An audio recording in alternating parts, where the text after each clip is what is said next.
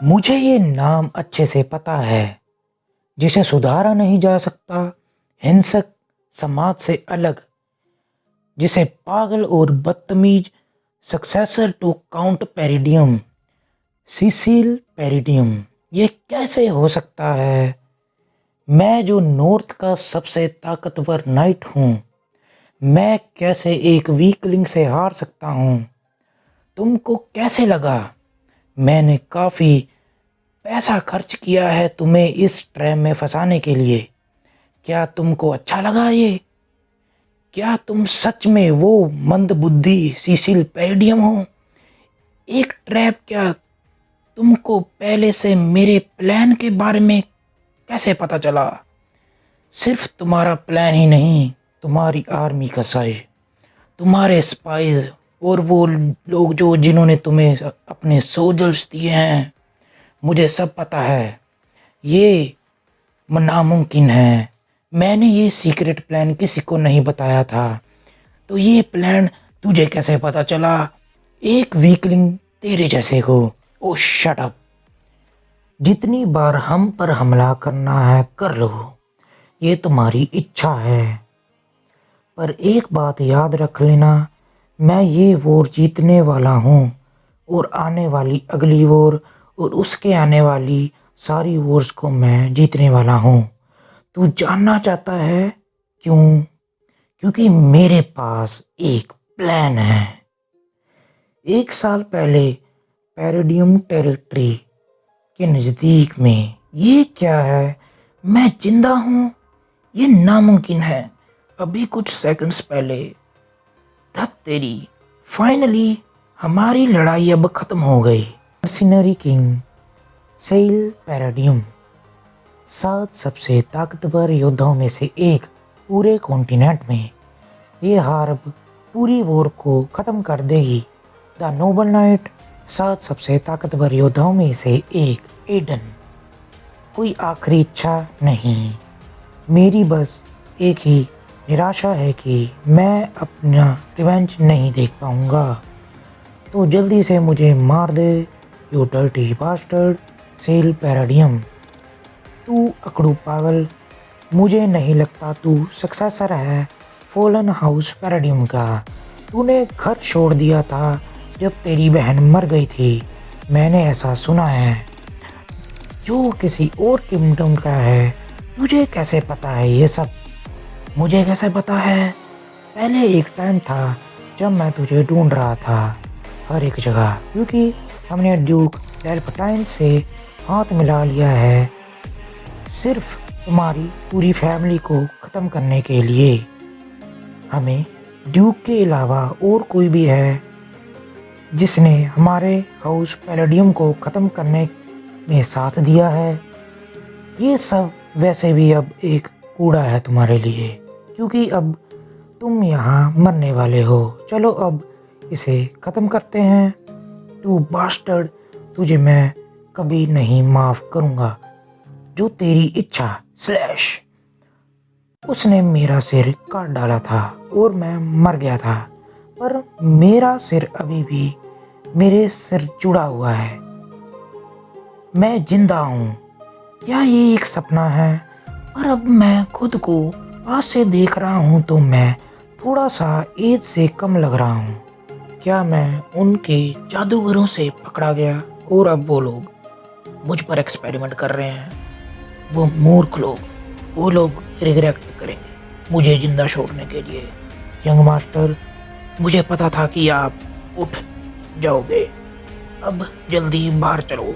रिचार्डो, soldier of house of peridium, मैं तुमको जिंदा छोड़ दूंगा अगर तुम मेरे कुछ सवालों का जवाब दोगे।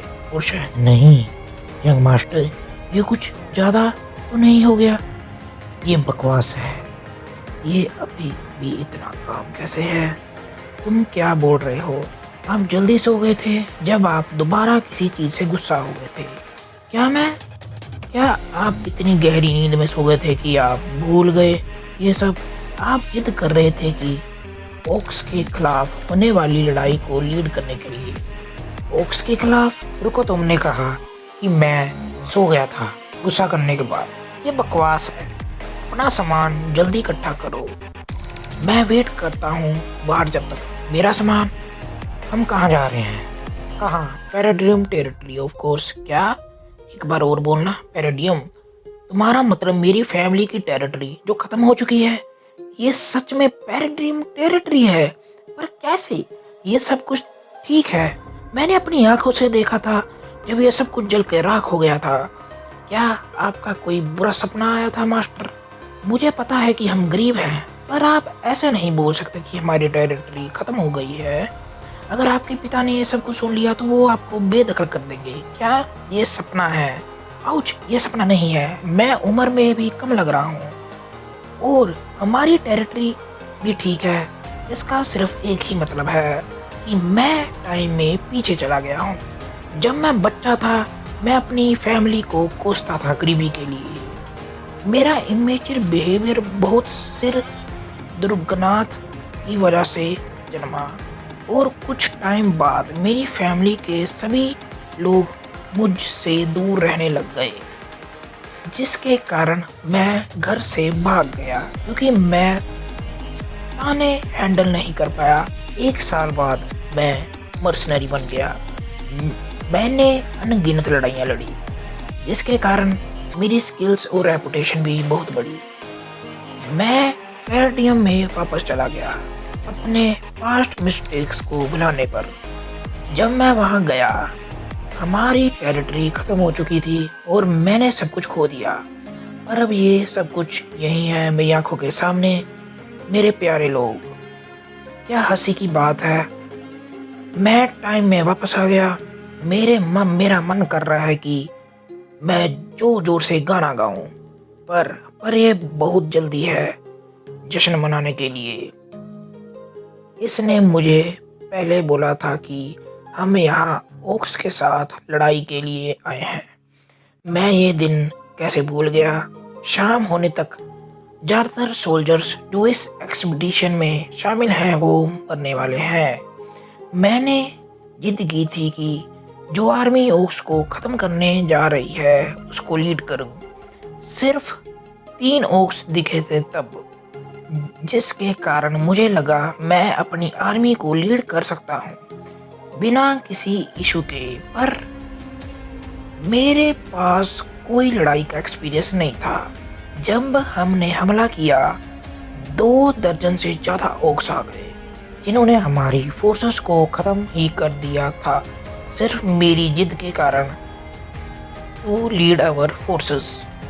पर ओक्स के पास कोई अच्छी स्ट्रेटजी नहीं थी। तो अब हम जीत सकते हैं अगर हम भी अभी से तैयारी शुरू करते हैं। पर प्रॉब्लम ये है कि कोई भी एक बिगड़े हुए बच्चे की बात नहीं सुनेगा। ओक्स आ गए हैं इतनी जल्दी? क्या इन्होंने सच में इतनी जल्दी हमला कर दिया है? अपना फॉर्मेशन में जल्दी आओ, अपना दिमाग काम करो और डिफेंसिव फॉर्मेशन बनाओ जल्दी। स्कूवान एक्सपीडिशन कमांडर, तब तेरी मैंने ये सोचा नहीं था। ओक्स ने तब हमला किया जब हम बिल्कुल तैयार नहीं थे और जितने ओक्स बोले थे यहाँ उनसे बहुत ज़्यादा ओक्स हैं। अगर ऐसा ही चलता रहा हम सब मारे जाएंगे। कमांडर आपके पीछे। कमांडर को ओक काटने ही वाला था अपनी तलवार से जब हमारा एमसी कमांडर को पीछे धक्का दे देता है। मास्टर, एमसी ओक के हाथ काट देता है जिससे वो तलवार पकड़ा हुआ था। ये देख के सब शौक हो जाते हैं।